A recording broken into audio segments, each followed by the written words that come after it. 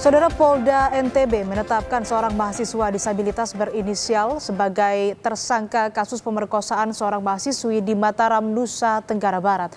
Penetapan tersangka ini menjadi polemik setelah tersangka membantah aksi itu karena keterbatasan fisiknya dan dia mengaku dijebak oleh korban. Seorang disabilitas warga Mataram, Nusa Tenggara Barat inisial IWA ini merupakan seorang mahasiswa yang aktif dalam kegiatan kesenian.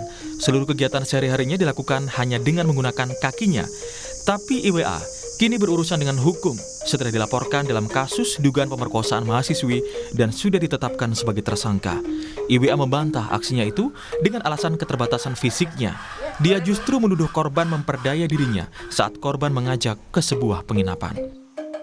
Yang saya bingungkan tuh bagaimana saya merkosa sedangkan saya terus terang seperti Bapak lihat sendiri, saya tidak bisa buka celana sendiri, buka baju sendiri. Dan memang kalau memang keperkosaan itu kan ada kekerasan seksual. Bagaimana ngelakuin kekerasan, didorong aja saya atau jangan diantar saya kan gitu. Misalkan kalau dia nak mau tuh gimana tuh kekerasan seksual atau pemerkosaan, dia dorong saya. Terus kok tiba-tiba ada dua cewek lagi, yang satu cewek jadi dua. Nah itu maksud saya apa itu gitu. Kan pertama satu cewek, yang saya ajak pergi satu cewek, kok ada dua. Dua yang masuk ke kamar itu? Enggak, maksudnya yang laporan itu ya gitu. Laporan ada dua korban. Ya itu ditangkap. Sudah kalau memang kekerasan atau pemerkosaan yang seperti kabar sekarang ini sampai saya dijadikan tersangka sekarang 20 hari ini pertama. Itu yang saya bingung, bagaimana saya mau memperkosa dengan keadaan saya kayak gini, kekerasan kan bisa dia ngelawan, bisa dia dorong, apalagi dua cewek misal kan bisa kerja sama yang dua untuk dorong atau mukul atau lain sebagainya, ditinggal aja saya ngapain diantar balik, pulang pergi baik-baik aja gitu.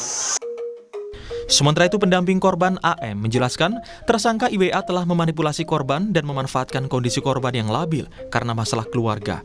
Berbeda dengan keterangan tersangka, pendamping korban menyebut tersangka yang justru mengajak korban menuju homestay milik rekan pelaku di Rembiga dan melakukan tindakan asusila.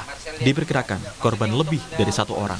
Jika kita melihat sisi pelaku yang ada keterbatasan dan segala macamnya, kita tidak bisa kemudian serta-merta menihilkan bahwa mereka punya upaya, apalagi kalau kita lihat dari pelaku sendiri sebenarnya adalah orang yang produktif dalam kesehariannya.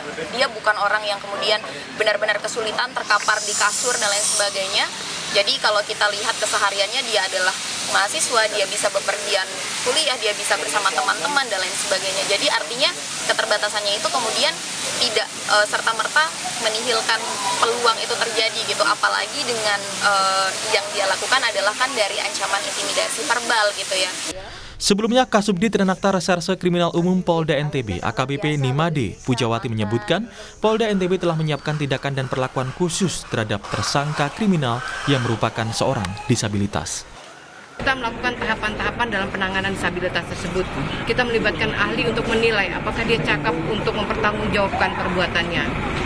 Kemudian apakah tindakan-tindakan yang dilakukan masuk kategori tindak pidana. Itu sudah kita lakukan.